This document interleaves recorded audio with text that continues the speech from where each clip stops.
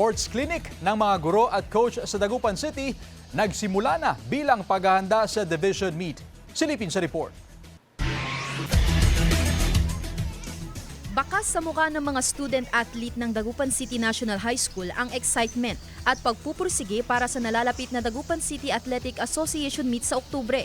Puspusan na ang pag-iensayo ng grade 10 student at basketball player na si Mac para sa kompetisyon.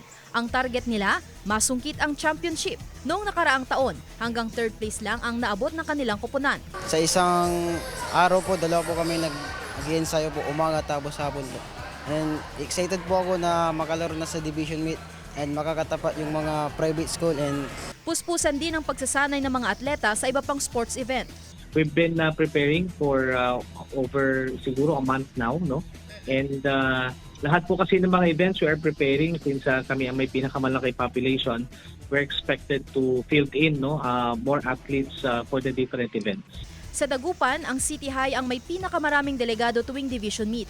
Gayunman, hindi pa rin daw sila nagpapakampante dahil marami na ring paaralan ang nag-level up sa kanilang mga laro. Binuhay na rin kasi natin yung tinatawag natin na school sports program and then yung after school na sports activities.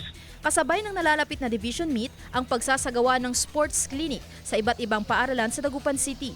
Layon ng programa na bigyan ng refresher at updates ang lahat ng mga guro at coaches sa lahat ng laro bago pa isagawa ang athletic meet. Kasama si Henry Duminsil, Sandy Salvacio, One North Central Luzon.